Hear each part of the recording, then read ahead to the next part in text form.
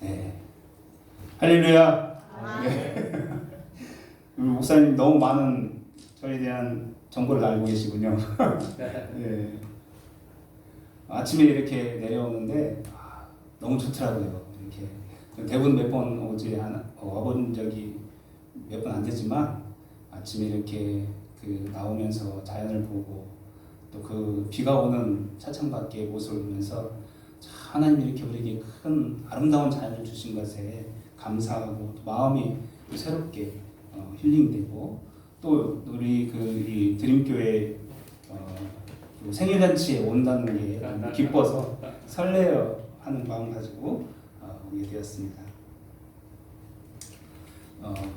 저는 여러분 설교 원래 짧게 하거든요. 근데 목사님이 30분 했는데 30분 하다가는 다 나가시고 우리 사모님만 남을 것 같아요. 정상적으로. 그래서 짧게 하겠습니다. 짧게 하는데 여러분들에게 제가 살아온 이야기 좀 말씀 좀 드리고 오늘 본문 말씀을 통해서 우리에게 주신 메시지가 무엇인지 한번 나누도록 하겠습니다.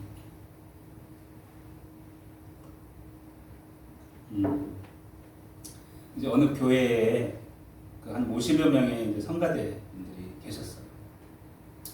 50여 명의 성가대가 화음을 잘 맞춰서 이렇게 성가를 하잖아요. 근데 그 중에 꼭 한 분 김집사님이라는 게 계시는데 이 김집사님이 자꾸 틀리세요. 삑사리도 내고 박자도 틀리고 저 같은 사람 전혀 못 맞추거든요. 문장도 틀리고. 근데 이분 때문에 도저히 성가대를 이렇게 잘 운영할 수가 없는 거예요. 그래서 같이 하던 성가대원들이 도저히 참지 못하고 지휘자님한테 말씀드렸어요. 지휘자님 도저히 안 되겠어요. 우리 저분하고 같이 성가대를 할 수가 없어요. 그러니까 저분 성가대에서 좀 나가게 좀 해달라고 목사님께 말씀 좀 드려주세요. 그랬어요. 지휘자분들이 항상 이렇게 화음이 안 맞으니까 힘들잖아요. 그래서 자기도 이 사람을 좀 빼고 싶은 마음이 있어서 올컨이 좋다. 그러면 제가 목사님께 말씀드려서 이분 김집사님 빼도록 하겠습니다. 목사님 만나러 갔습니다. 목사님, 우리 지휘 성가대원들 49명이 이 한 사람 때문에 도저히 이 성가대를 할 수가 없습니다. 그러니까 저희들이 나가라고 하면 좀 그러니까 목사님이 김집사님 불러가지고 좀 잘 타일러서 나가라고 해주십시오. 근데 이제 목사님도 참 고민이 들어가지고 어떻게 또 이렇게 당장 나가라고 할 수가 있습니까? 근데 너무 완강한 거예요, 이 지휘자와 성가대원들이. 그래서 어쩔 수 없이 불렀습니다. 김집사님, 할 말이 있습니다. 오십시오. 왔어요. 제가 김집사님한테 이런 말을 좀 드리기가 민망한데 좀 잘 듣고 그냥 따라주셨으면 좋겠습니다. 라고 했어요. 49명의 성가대원분들이 집사님 때문에 도저히 성가대를 할 수가 없다고 하니까 성가대를 좀 그만두시면 어떻겠습니까? 그랬더니 김 집사님이 제가요? 제가 그만둬야 된다고요? 네, 그만두셔야 되겠습니다. 그래요. 성가대원들이 다 그렇게 말합니까? 네, 그렇습니다. 별거 아니군요. 저에게는 목사님이 설교 못한다는 사람이 500명이나 돼요. 교회 나가라고 한 사람이요. 웃으라고 하는데 안 웃으시네. 네. 농담이지만 목사님들한테는 설교하는 게 부담스러울 수 있고 항상 긴장된 상태에서 성도님들에게 말씀을 전하는 게 목사님들의 삶입니다. 특히 우리 유중훈 목사님 오늘 좋은 예배 설교에 은혜로운 말씀을 해주셔서 제가 부족하지만 유중훈 목사님 말씀에 못 따라가지만 잘 듣고 또 은혜 받고 또 새 먹고 한 주가 살아가는 우리 귀한 성도님 되시기를 간절히 소망합니다. 아멘. 저의 고향은 전라북도 임실입니다. 잘 모르시죠? 치즈. 맞아요, 치즈. 네, 전라북도 임실군 운암면 입성리 769번지. 네, 거기에 이제 입성리라고 하는 데는 운암과 입성은 한자 풀이로 하면 그야말로 바위 위에 구름이 있다고 하는 고산지대예요. 그래서 고산지대다 보니까 젖소 키우는 게 좋아서 치즈가 많이 나는 동네. 근데 그 동네에 이 댐을 막아가지고 산골마다 댐을 막았어요. 그래서 이제 커다란 옥정호수라고 혹시 들어보시는 모르겠지만 옥정호수 크게 있어요. 이 옥정호수 앞에 쫙 펼쳐져 있고 뒤에는 산이 이렇게 막 그러니까 하늘하고 땅밖에 안 보이는, 하늘하고 땅, 호수밖에 안 보이는 데서 어린 시절을 보냈습니다. 근데 이 어린 시절을 그렇게 보내다가 이제 도해지로 나왔어요. 도해지로 나오니까 이 전주라고 하는 도해지에 나왔는데 여기 사는 사람들이 다 달라요. 저하고 사람들이 다 때깔나고 저는 아니면 코가 질질 지르고 뭐 옷도 헤어진 거 입고 다니고 그러는데 너무 잘 사는 거예요. 너무 그리고 이제 좋은 집에서 살고 저희 집은 막 흙집 다 무너져가는 집 이런 데서 어린 시절을 보냅니다. 이제 전주로 와서 이제 고등학교 생활을 보내게 되는데 근데 부모님과 떨어져 지내는 그 시간이 되었죠. 그러다 보니까 저희 세대의 부모님들은 아마 아시겠지만 자녀들이 많잖아요. 저희 집도 5명이 되다 보니까 그걸 방목이에요. 방목. 알아서 살아. 너희들 알아서 살아. 이런 식의 시간들을 보내면서 부모님의 사랑을 받는 그런 그 삶을 사는 것보다도 무관심 속에서 스스로 알아서 살아야 됐고 그러다 보니까 부모님의 어떤 정말 누군가의 사랑을 받는다는 것이 굉장히 저한테는 필요했던 거죠. 그래서 내 친구들이 좋았고 친구들하고 어울리는 시간들이 많아졌어요. 그래서 아주 좋은 친구들을 만났죠. 술도 먹고 담배도 피우고 좋은 친구들. 청소년기를 그렇게 일탈하면서 비행 청소년처럼 아주 부모님과 떨어져 지내면서 살았다는 시기였습니다. 참 그런 시간들이 오래되면 될수록 제 스스로 너무 답답한. 그러니까 저는 뭔가 성장해서 나름대로 뭔가 꿈이 되고 싶어. 저는 이제 어릴 때 하도 우리 어머니가 너는 선생이 됐으면 좋겠다, 선생이 됐으면 좋겠다 해가지고 사실 공부는 지들 못했는데 선생이 되고 싶은 꿈은 있었어요. 근데 그래서 이제 뭐 전주 와서 공부를 하고 막 이러다가 제가 하나 말씀드리고 싶은 게 제가 사투리가 많아요. 전라도 사투리가 그냥 알아서 새겨 들으세요. 선생이 되고 싶었는데 그 꿈을 이루기가 쉽지 않았죠. 친구들이랑 놀러 다니고 일탈하고 뭐 그런 생활들을 계속 하다가 제 스스로가 너무 답답하고 이 우울하고 좀비 같은 삶에서 좀 벗어나고 싶은 그런 생각들이 계속 들었습니다. 근데 그러던 차에 이제 친구 하나가 저를 데리고 지금 이제 모교회 전주 모교회에 데리고 갔어요. 그래서 이제 예배를 드리는데 제가 어릴 때 저희 그 옥점 호수 앞에 그 교회가 하나 있었는데 저희 집에 어머니가 불교 신자였어요. 그러니까 어머니는 늘 지금도 생각하면 스님들이 오면은 아주 환대하게 대접해서 보내고 스님들이 오면 아주 그냥 그날은 잔칫날 그처럼 그렇게 완전 불교 신자였는데 저는 그게 싫었어요. 와서 뭐 목탁도 드리고 너무 싫어가지고 그 옆에 집 옆에 이게 그 교회가 있는데 교회 놀이터가 있어요. 그네도 있고 뭐 미끄럼틀도 있고 그래서 거기서 놀이터에 살았죠. 근데 그때 놀이터에 있으면서 주일학교를 왔다 갔다 하는 그 기억이 이제 청소년기 때 생각이 났었던 거예요. 그래서 그 친구에 이끌려서 그 어릴 때 다녔던 교회의 모습들을 생각하면서 고2 때 다시 또 교회를 이제 나가게 된 겁니다. 너무 따뜻했어요 교회가. 이런 교회가 다 있나? 환대해주고 사랑해주고 계속 관심 가져서 물어봐주고 뭐가 어떤 꿈을 가지고 있니? 지금 어디에 사니? 뭐 별의별 걸 다 물어보면서 그래서 저에게 많은 관심들을 가져주고 이 방향을 삶의 방향이라고 지금 생각하니까 그런 생각이 들어요. 삶의 방향을 안내해줬던 그런 교회가 아니었나 하는 생각을 가졌습니다. 그래서 저는 이제 그 청소년기 우울하고 좀비 같은 삶에서 좀 벗어나서 제가 좀 어떤 길을 가야 될 것인지를 좀 고민하게 되었어요. 그때 이제 우리 목사님이 그럼 신학을 공부 한번 해봐라. 공부도 지지지도 못하지만 그래도 한번 해보면 할 수 있을 것 같다. 이런 이야기를 해주셔가지고 또 그 자신감에 또 하게 됐습니다. 그래서 이제 신학대학을 입학하게 되었고 그때 제가 이제 가졌던 첫 번째 미션이 뭐였냐면 그럼 내가 목사가 됐는데 가난한 사람들을 위해서 한번 헌신하는 목사가 한번 되어보자. 가난한 자들의 벗이 되어 사는 삶의 목사가 한번 되어보자라고 이제 미션을 가지고 이제 신학대학에 들어가게 되었습니다. 시간이 흘러서 이제 대학을 졸업할 때쯤 되었는데 4학년 때쯤 됐는데 교수님이 저에게 이런 말씀을 하시는 거예요. 김 전사님 목회하실 거예요? 해야죠. 그러면 뭘 준비하실 겁니까? 딱 물어보고 목회에 대해서 뭘 준비하실 겁니까? 막연했던 거예요. 지금 상황. 근데 그 교수님이 저에게 딱 이런 말씀을 해주셨어요. 앞으로 10년, 20년, 30년 뒤에는 그냥 목회로만 교회를 봉사하고 섬길 수 있는 시대가 되지 않는다. 그때는 다양한 돌봄과 치유가 필요한 시대가 온다.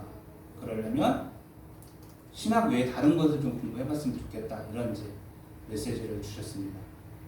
그래서 제가 이제 4학년 때 사회복지학을 부전공을 했습니다.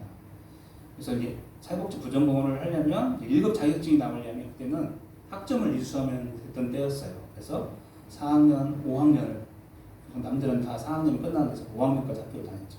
그래서 5학년까지 마치고 학교를 졸업을 했습니다. 졸리시죠? 아니요. 식사하고 나서 많이 졸리신 것 같아요.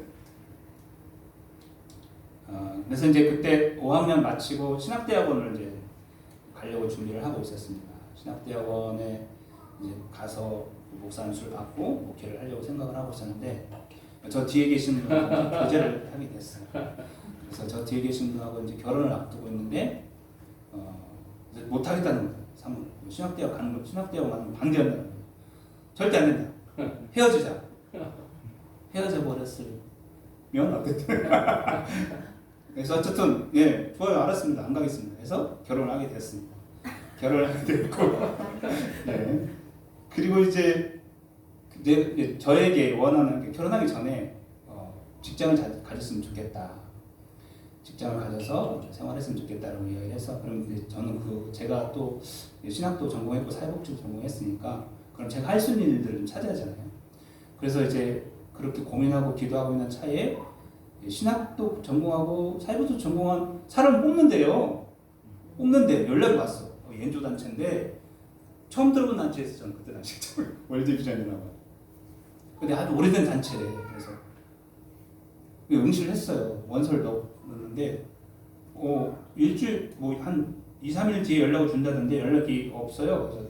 그래서 여기 길은 내 길이 아닌게벼 하고 있다가 기다리고 있는데 일주일 뒤에 이제 오라는 거예요. 출근하라는 거예요. 갔죠. 갔는데 그 여기 이제 벽에 붙여 있는데 뭐라고 붙여 있냐면 3초에 한 명이 죽어간다 이렇게 써 있어요. 오 깜짝 놀랐어요. 3초에 한 명이 죽어간대요. 이게 뭔지 물어봤어요. 근데 전 지구상 그 당시에 지구촌의 아이들이 3초에 한 명씩 죽어가는 시절이었어요. 근데 그 문구를 딱 써놓고 그거 보면서 넌 이 아이들을 살리는 일을 해야 돼. 이렇게 저희 이제 리더가 이야기를 하더라고요. 그래서 월드비전에 입사를 해서 그래 한번 해봅시다 해가지고 했어요. 그래서 다양한 이제 모금도 하고 사역도 하고 교회에서 안내서 교회 다니면서 안내도 하고 이런 사역들을 감당했어요. 그렇게 해서 처음 들어갈 때는 한 5년만 이거 하고 이제 그만해야겠다. 그리고 다시 교회 목회 현장으로 오야겠다라고 생각했는데 쉽지 않더라고요. 왜냐면 이제 결혼했죠. 우리 하정이 태어났죠. 가정은 이제 책임져야 되는 상황까지 있는데 너무 쉽지 않았어요. 그래서 그러면 여기서 한번 목숨 걸어보자 해서 월드비전에서 이제 죽어라고 했어요. 그냥 죽어라고. 아주 그냥 뼈가 빠지도록 죽어라고 했는데 그러다 보니까 이제 성과물들이 막 이렇게 나타나기 시작한 거예요. 성과물이 나타나니까 저기 서울에 계신 분이 어느 날 전화가 왔어요. 너 좀 올라와라. 왜 가야 됩니까? 그때 와서 저기 해야 된대. 그래서 이제 갑자기 발령을 탁 내버리는 거예요. 그래서 2010년 1월 1일로 이제 서울로 올라가게 된 겁니다. 서울에서 이제 그러한 일들을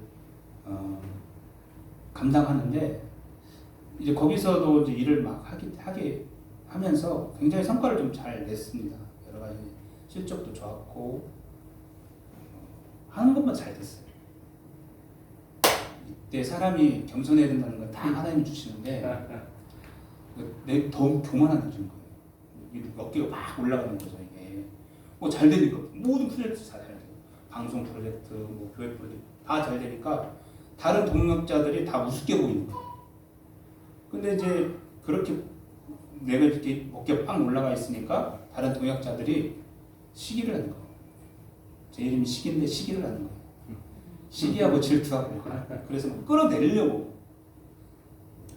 근데 네. 그런데 거기서 충돌이 제가 좀 더 겸손해지고 낮아져서 그걸 수용하고 조율하고 조절하면 좋았는데 그걸 참지 못했던 거죠. 그래서 충돌이 막 싸웠어요. 뭐 저하고 뭐 10년 선배면 계속 싸우는 거예요. 싸우는 일본 하는 거예요. 그러다 보니까 이제 저에게 뭐 하자 하나가 딱 잡혔는데 이 하자 하나를 가지고 이제 나가! 뭐 이러는 거죠. 그 좌천성 발령을 내버린 거예요. 그러다 보니까 그런 과정 속에 모든 사람들이 저를 다 비난하는 그 한순간에 비난의 대상자가 되어버렸던 거예요. 너무 힘들더라고요. 삶이 힘들고 이거 내가 살아야 되나? 너무 힘든 거예요. 내가 저 사람들하고 정말 한번 맞짱 떠서 그냥 끝장 내버릴까? 이런 마음들이 계속해서 들어서 너무 힘들어요. 근데 그때 또 우리 저 뒤에 계시는 분이 굉장히 힘들었어요. 삶이 힘들었어요. 이제 뭐 공부하시는데 공부하면서 애들을 그때 우리 둘째가 2학년, 3학년, 4학년 이럴 때였는데 거의 이제 바닥에 앉아 있는 상황이고 저분 몸이 아파가지고 그냥 거의 온통 집안이 너무 힘들고 어려운 상황, 저도 너무 힘들고 어려운 상황에 그 우리 이제 꿈꾸는 교회에 특세에 참여하게 됐습니다. 저분하고 저 옆에 앉아가지고 새벽 예배 기도회를 하는데 그렇게 눈물이 나는 거예요. 눈물이 계속 흘렸어요.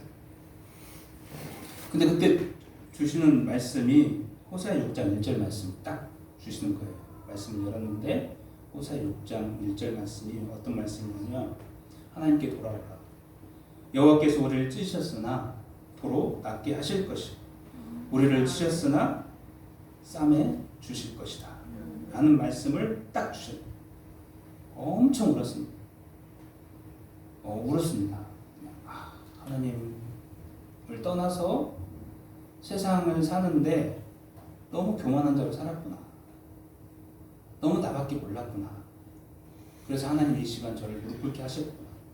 그리고 다시 돌아오라고 이 말씀을 주시는구나. 그래서 기도하면서 계속 새벽 예배 때마다 울면서 기도했습니다. 그리고 무릎 꿇고 회개했습니다. 하나님 잘못했습니다. 너무 교만했습니다. 너무 나밖에 생각하지 못하고 살았던 인생 하나님 잘못했습니다라고 기도했습니다. 한 사람들에게 상처를 줘서 미안합니다. 잘못했습니다. 죄송합니다. 이 기도를 통해서 하나님께서 저에게 또 다른 메시지를 주셨습니다. 그래서 목사가 되어야겠다는 마음이 또다시 내 내면 가운데 잠재되었던 일이 확 올라오는 거예요. 그래서 저 뒤에 계신 분한테 이야기했습니다. 신학을 공부 해야겠습니다. 그래서 저분이 허락하셨어요. 그래서 공부를 하게 되었습니다. 그리고 제가 두 번째 목사가 되고자 했던 이유가 또 하나 있는데 그 이유는 이제 저희 사역하면서 그 2014년도에 이제 혼 오브 아프리카라고 아프리카 비치도 보면 오른쪽으로 이렇게 뽀쪽 나온 나라들이 있어요. 거기 케냐, 에티오피아, 소말리아, 밑에 탄자니아까지. 근데 그 케냐 지역에 소말리아하고 접경 지역에 있는 이 케냐의 와지르라고 하는 케냐 그 지역을 가게 되었는데 CBS 프로그램인데 필름 밍차 같이 프로그램차 같이 갔습니다. 일행들하고. 근데 이 지역이 3년 동안 비가 하나도 안 왔어요. 그러니까 3년 동안 비가 하나도 안 오면 여러분 어떻게 되신지 아세요? 여러분 조금만 나가보면은 농촌 있잖아요. 농촌에 비가 6개월만 안 와요. 어떻게 돼요? 다 갈라지고 말면 먼지만 이래요. 3년이 안 왔어요. 그러니까 그 도로에 제가 아마 뭐 인터넷 보면 그런 장면들 나올 거예요. 도로에 가는데 동물 사체들이 곳곳에 있어요. 죽어가지고 그냥 그 냄새가 아주 역해요.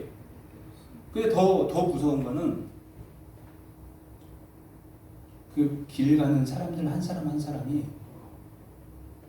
마치 나 조금만 건들면 너 죽어 이럴 정도의 표정을 가지고 폭발 일보 직전 가지고 거예요.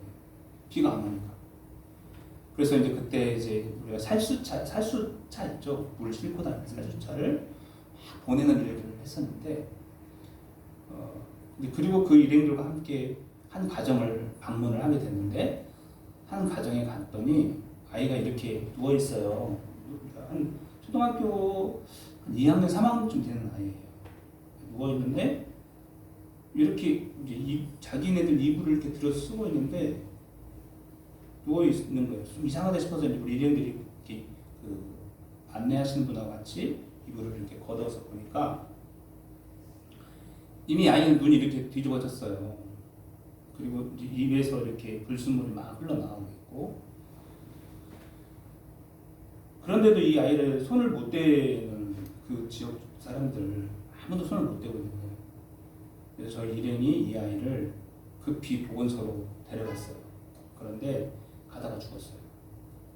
가다가 왜 죽었을까요? 말라리아가 걸렸는데 말라리아를 치료했죠. 말라리아 주사 한 대에 그 당시에 우리 돈으로 1,500원. 이 1,500원이 없어서 죽은 거예요. 근데 제가 마음이 너무 무너지는 거예요. 이 아이를 놓고 아무것도 할 수 없는 이 자신이 무너지더라고요. 그래서 그때 또 한번 하나님께 기도했어요. 하나님, 내가 다시 이런 아이들을 또 상황 속에서 만나게 된다면 이 아이를 위해서 좀 해줄 수 있는 일이 있으면 좋겠습니다. 이 아이를 위해서 내가 기도도 해주고 싶고, 이런 아이가 있다면 이런 아이를 위해서 안수기도 해서 정말 병을 못 낫고 만약에 하늘나라로 가게 된다면 하나님 앞에 가서 좀 깨끗하게 나음받을 수 있도록 안수기도 해주고 싶고, 이런 마음이 막 생기게 된 겁니다.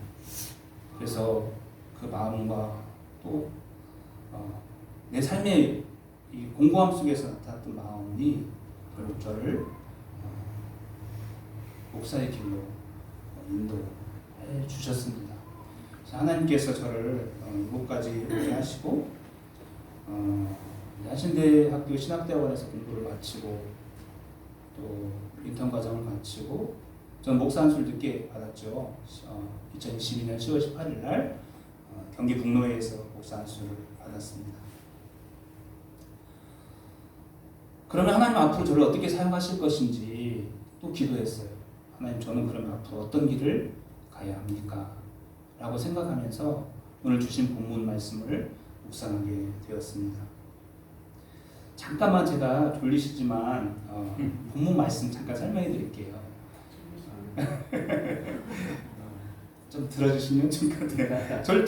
주무셔도 괜찮아요. 네. 오늘 본문은 이제 사도 바울이 예루살렘으로 가기 전에 중간 정착을 해요. 중간 정착지는 밀레도라고 하는 섬이에요. 이 밀레도라고 하는 섬에서 자기가 이제 그 3년 동안 목회했던 에베소 교회의 장로들을 불러모아요. 그러면서 장로들에게 고별 설교를 하는 그런 시간이에요. 그러면서 이제 자기가 3년 동안 목회했던 이야기들, 그리고 또 당부 이야기들, 그리고 자기 결단에 대해서 이야기를 쭉 하는 시간을 갖습니다. 바울은 3년 동안 에베소 교회를 통해서 자신이 목회를 했던 것들을 장로들에게 다 이야기를 합니다. 삶의 이력서를 이야기하는 거죠. 자기를 통해서 장로들이 봤던 목회의 경험들, 그리고 기도했던 내용들을 쭉 열거를 해요. 예를 들면 이제 이런 거죠. 모든 겸손과 눈물로 기도했고, 유대인의 관계와 시험에도 참아냈고, 또 주님만을 위해서 섬겼고, 끊김없이 복음을 증거했고, 가르쳤고, 세례를 베풀었고, 장로들을 세워서 정말 열심히 달려왔다. 그러니까 이제 내가 저 예루살렘으로 가려고 하는데, 장로님들, 당신들 내 말 잘 듣고 에베소 교회를 잘 섬겨주시길 부탁드립니다라고 하는 그런 말씀이에요. 그러면서 바울은 이 세 가지 정도를 이야기를 하는데, 첫 번째, 사나운 미리들을 조심하라. 사나운 미리들은 이단 거짓 선지자들 말이에요. 그러니까 우리로 말하면 신천지나 이 나쁜 사람들 있죠, 이단자들, 이런 사람들에 현혹되지 말라는 거예요. 두 번째는 이제 본인이 그렇게 살아왔기 때문에 에베소 교회 장로들 그렇게 살으라고 하는 이유는 뭐냐면 은, 금, 의복 이런 재물에 탐하지 말라는 거예요. 자기는 그렇게 살아왔으니까 장로님들도 그런 재물에 탐하지 말라는 거예요. 세 번째는 약한 사람들, 가난한 사람들에게 주어라. 그게 나오죠? 주는 것이 받는 것보다 복되다. 같이 합시다. 주는 것이 받는 것보다 복되다. 시작. 주는 것이 받는 것보다 복되다. 이 세 가지 말씀을 부탁을 하고 이제 바울은 예루살렘으로 향해 갑니다. 오늘 본문 읽었지만 22절부터 24절까지는 바울이 가야 할 길에 대해서 설명을 해놓고 있습니다. 거기 보면 이렇게 되어 있습니다. 보라, 이제 나에게는 성령에 매여서 예루살렘으로 가는데 거기서 무슨 일을 당할지 모른다 라고 이야기를 하고 있습니다. 원래 바울은 그 성령에 매이기 전에 자신의 3차 전도여행을 마무리하고 다시 안디옥으로 가려고 생각을 했었던 삶입니다. 왜냐하면 중간에 고린도를 출발해서 그 흉년당한 예루살렘 교회에다 헌금을 주고 다시 이제 안디옥으로 가려고 했죠. 근데 성령께서 아니라고 말씀하시는 거예요. 아니야, 너 거기 가면 안 돼. 너는 내가 가라는 대로 가야 돼. 그러면서 뭐라고 말씀하시냐면 예루살렘으로 최종적인 목적지를 정하는데 거기 가면 너는 무슨 일을 어떻게 당할지 모른다 라고 이야기하는 거예요. 오직 성령이 각성해서 내게 증언하여 결박과 환난이 나를 기다린다. 그러니까 결박과 환난이 기다린다는 무슨 말일까요? 죽을 수도 있다는 거죠. 예루살렘 가면 또 이제 로마로 꽁꽁 감옥 철창에 갇혀가지고 로마로 압송돼서 죽을 수 있어 라고 하는 말이 똑같은 거예요. 그런데 바울은 이렇게 이야기합니다. 바울이 예루살렘의 길을 포기하지 않는 한 그에게는 반드시 투옥과 환난과 고통이 남겨져 있는 거예요. 그걸 당할 수밖에 없는 길이에요. 그 사실을 알면서도 바울은 예루살렘 행을 택해서 가고자 결의를 다지고 결단하게 된 것입니다. 그래서 오늘 24절에 뭐라고 하냐면 이렇게 이야기를 해요. 우리 24절 같이 한번 읽어볼까요? 찾으셨습니까? 24절 시작. 내가 달려갈 길과 주 예수께 받은 사명 곧 하나님의 은혜의 복음을 증언하는 일을 마치게 하려면은 나의 생명조차 조금도 귀한 것으로 여기지 아니하노라. 아멘. 바울은 자신이 왜 그 길을 가야 하는지 그 이유도 알고 있었어요. 왜냐하면 지금까지 주 예수께 받은 사명, 또 하나님께로부터 받은 은혜, 그 복음을 증거하는 일을 마치기 위해서 그 길을 가려고 했던 겁니다. 그런데 그 길을 가는 데 있어서 그냥 그때 생각한 게 아니라 그 전부터 어떻게 주셨냐면 그 앞에 계속 그 고린도부터 해가지고 고린도를 출발해서 베레아, 데살로니가, 빌립보, 네아폴리, 드로아까지 이 선교 여행을 다니면서 하나님이 계속해서 바울에게 이야기를 하셨던 거죠.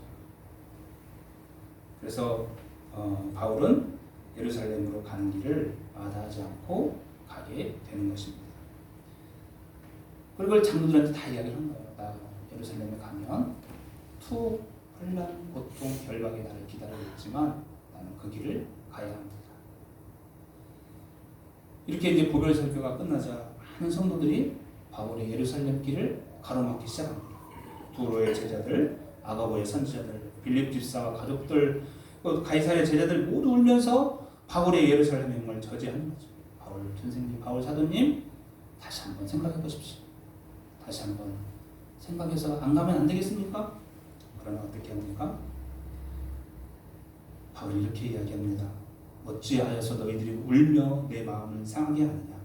나는 주 예수의 이름으로 결박당할 뿐 아니라 예루살렘에서 죽을 것도 각오하고 있다.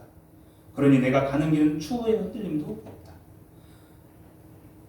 바울은 복음을 위해서 자신의 생명조차 귀히 좀 더 귀한 것으로 여기지 않았다는 그 사명을 가지고 예루살렘으로 가게 되는 것입니다.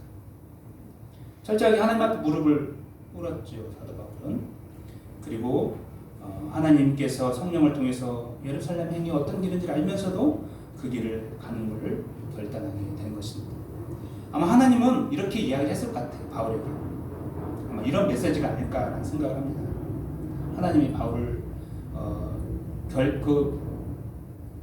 하는 고민이 있었을 거 아니에요. 바울도 사람인데 예루살렘에 가려면 하나님 어떻게 해야 됩니까? 하나님 무릎 꿇고 물으면서 이렇게 이야기했을 거예요. 하나님께서는 바울에게 바울아, 나는 너를 사랑한다. 바울아, 지금부터 네가 가는 길은 세상에서 출세와 성공이 보장된 길이 절대 아니란다. 너는 이 길을 위해서 하나님의 이름을 위해서, 하나님의 복음을 위해서 투옥되고 온갖 고난과 혼란과 고통을 당하면서 복음을 위해서 생명을 다해주길 바란다. 복음을 모르고 절망 가운데 헤매고 있는 저 영혼들을 살려주기를 바란다. 그런데 바울아, 이 일을 하는데 끝까지 완주해 주기를 바란다. 이런 메시지를 하나님께서 바울에게 주셨을 것 같습니다. 바울은 자기 부인으로 또 남편으로 하나님 앞에 부르심으로 순종하면서 자신의 생명조차 아까워하지 않고 예루살렘 행을 결정하게 되는 것입니다. 여러분, 하나님께서 광야에 길을 내십니다. 또 사막에 생명의 강을 흐르게 하십니다. 그 길에 우리를 부르십니다. 저와 여러분을 부르시는 것입니다. 광야와 사막은 어떤 공통점이 있습니까? 해가 하루 종일 내리는 장렬한 태양만 있는 그 뜨거운 곳에, 죽음과 절망의 현장이 있는 곳에 하나님께서 길을 내십니다. 또 그 사막에 생명의 강을 흐르게 하십니다. 그 길에 우리를 부르신다니까요. 우리를 오라고 하시는 거예요. 여러분, 그러면 어떻게 하시겠습니까? 내가 달려갈 그 길에 아멘으로 결단하시겠습니까? 아니면 하나님 저 안 됩니다, 저 못 가요 라고 연명하시겠습니까? 우리는 하나님 앞에 순종하면서 광야의 길을 내고 사막의 생명의 강이 흐르게 하는 그 길에 너 와서 이 일에 같이 동참해야 된다고 하나님 부르시면 우리는 과감하게 바울과 같이 나의 생명조차 조금 더 귀히 여기지 않는 마음으로 결단하며 아멘하며 나가야 된다, 이 말씀입니다. 아멘. 여러분, 바울이 삶의 여정에 모든 사역을 다 마치고 그의 삶을 되돌아보는 말씀이 디모데후서 4장 7절에 8절 말씀이 있습니다.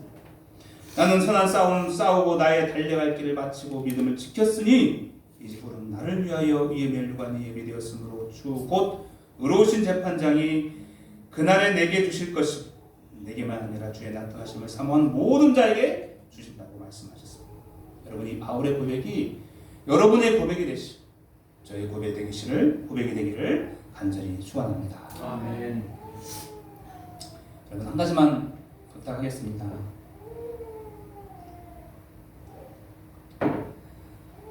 우리가 달려갈 길에 있어서 잊지 말아야 할 꼭 한 가지 고백이 있습니다. 주님 사랑합니다 라는 고백입니다. 예수님이 십자가에 달리시기 전날 밤 베드로에게 이야기하시죠. 너는 새벽닭이 울기 전에 3번 나를 부인할 것이다 라고 말씀하십니다. 베드로는 그 마가복음 14장 72절에 보면은 주체할 수 없는 울음을 눈물을 흘리면서 울게 됩니다. 왜냐하면 자기가 부인했기 때문에. 예수님을 3년 동안 수제자라고 따라다녔는데 예수님 정말 당신을 위해서 내가 달려갈 길 당신을 위해서 헌신하고 섬기고 제자로서의 사명을 감당하겠다고 결단했는데도 불구하고 세 번 부인했다. 울었어요. 주체할 수 없는 울음이래요. 여러분 주체할 수 없는 울음 물어보셨어요? 어떤 울음이죠? 회한과 통함과 슬픔과 그 고통이 담긴 울음이 주체할 수 없는 울음. 예수님이 부활하시고 다시 갈릴리 해변 바닷가로 오셨어요. 저 멀리 베드로와 제자들이 그물을 내리고 고기를 잡고 있었습니다. 예수님이 오셔서 잡히시기 전날 밤 가야바의 뜰에서 숯불을 피워놓고 있던 장면을 갈릴리 해변가에 와서 숯불을 피워놓고 물고기를 잡아 조반을 차려놓습니다. 그리고 제자들을 부릅니다.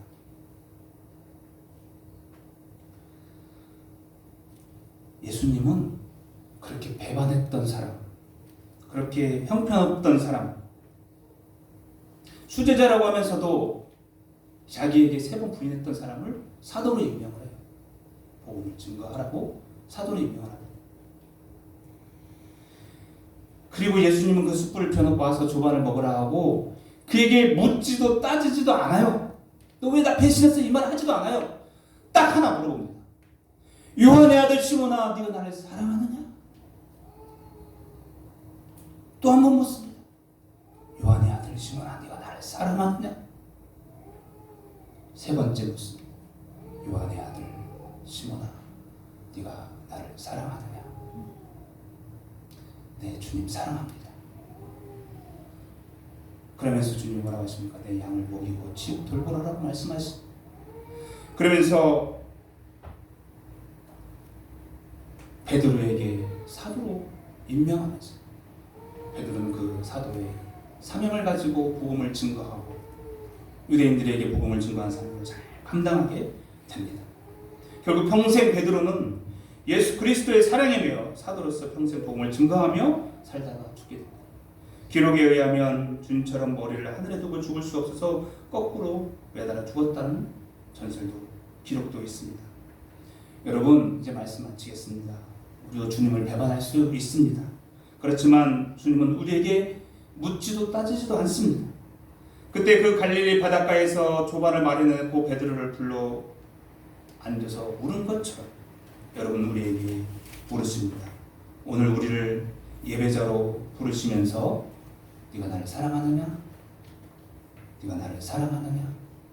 네가 나를 사랑하느냐? 라고 여러분에게 부르실 때 여러분 어떻게 대답하시겠습니까? 부끄럽지만 주님은 그러합니다.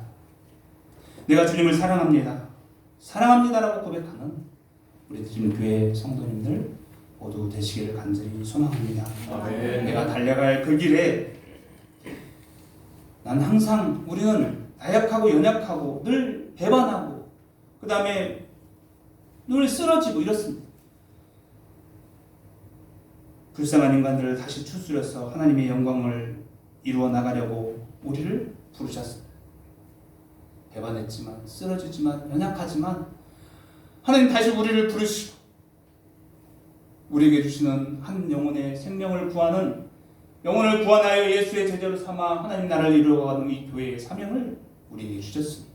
우리가 그 달려갈 그 길 가운데 주님 사랑합니다라고 고백하며 달려가는 우리 교회 성도들 되시기를 간절히 축원합니다. 아멘.